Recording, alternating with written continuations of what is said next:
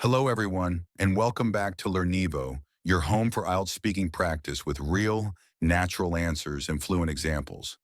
Today's topic is one of my favorites. We'll be practicing IELTS speaking Part 2 and Part 3 with the theme, Describe a creative person you admire. In this session, you'll hear a band 7 to 9 model answer for Part 2, followed by an extended Part 3 discussion about creativity, art, children's development, and jobs that require imagination. Let's get started. Now, I'm going to give you your topic. You will have 1 minute to prepare, and you should try to cover all the points on the card. Your topic is, describe a creative person you admire. You should say who he or she is, how you knew him or her, what his or her greatest achievement is, and explain why you think he or she is creative. Your 1 minute preparation starts now. All right, your time starts now. A creative person I really admire is Ed Sheeran, the British singer-songwriter who has become one of the most successful musicians of our time. I first discovered him during my high school years when one of my friends played his song Photograph on the guitar. I was immediately fascinated by how simple yet emotional his music was. Ed Sheeran is known for his unique ability to combine heartfelt lyrics with catchy melodies. What I find most impressive is that he writes almost all of his songs himself, many of which tell personal stories about love, friendship, and everyday life. He started out performing in small pubs and on the streets of London before becoming a global star. His journey shows how hard work, dedication, and creativity can truly change someone's life. His greatest achievement, in my opinion, is the success of his album Divide, which includes songs like Shape of You and Perfect. The album broke multiple records worldwide, and Shape of You became one of the most streamed songs ever. But beyond numbers, what makes his achievement meaningful is how his music connects emotionally with millions of people across cultures. I think Ed Sheeran is incredibly creative because he's constantly experimenting with new sounds and styles. He can perform solo on stage with just a loop pedal and a guitar, yet create a full band sound that amazes audiences. He also blends different genres, pop, folk, hip-hop, in a natural way.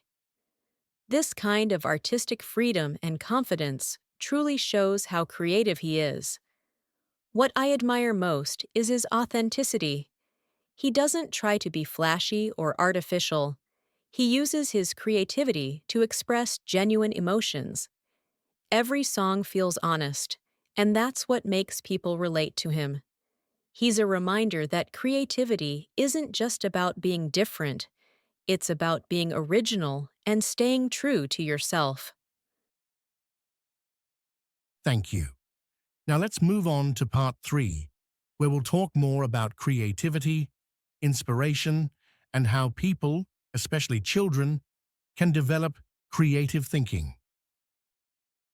Do you think children should learn to play musical instruments? Yes, absolutely. Learning to play an instrument helps children develop discipline, patience, and focus. It also encourages self-expression and creativity. For example, when children play music, they don't just follow notes. They learn to feel rhythm, emotion, and teamwork.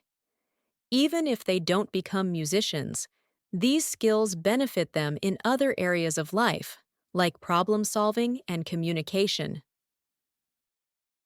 How do artists acquire inspiration? Artists find inspiration in many ways, through nature, emotions, experiences, or even other forms of art.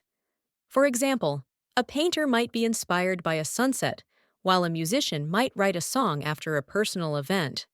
Traveling and meeting new people also help spark new ideas. Interestingly, many artists say that inspiration often comes unexpectedly during quiet or reflective moments. Do you think pictures and videos in news reports are important? Yes, definitely. Visuals make news stories more engaging and easier to understand. A photograph or video can communicate emotions and urgency that words alone cannot. For instance, images from natural disasters or social movements can raise awareness and empathy more effectively than written reports. However, it's also important that visuals are used responsibly and don't manipulate the audience's emotions unfairly. What can we do to help children stay creative? One key thing is to give children freedom to explore and make mistakes. Too much focus on rules or grades can limit creativity. Parents and teachers should encourage curiosity. Let kids ask questions, experiment, and express themselves through drawing, music, or storytelling. Limiting screen time and encouraging real-life experiences like nature walks or hands-on projects can also help. How does drawing help to enhance children's creativity? Drawing allows children to translate their imagination into something visible. When kids draw, they're not just copying, they're inventing ideas, mixing colors, and creating new worlds. It helps them develop spatial awareness, attention to detail, and emotional expression. In fact, many psychologists say drawing is one of the most effective ways for children to express feelings they can't describe in words. What kind of jobs require creativity?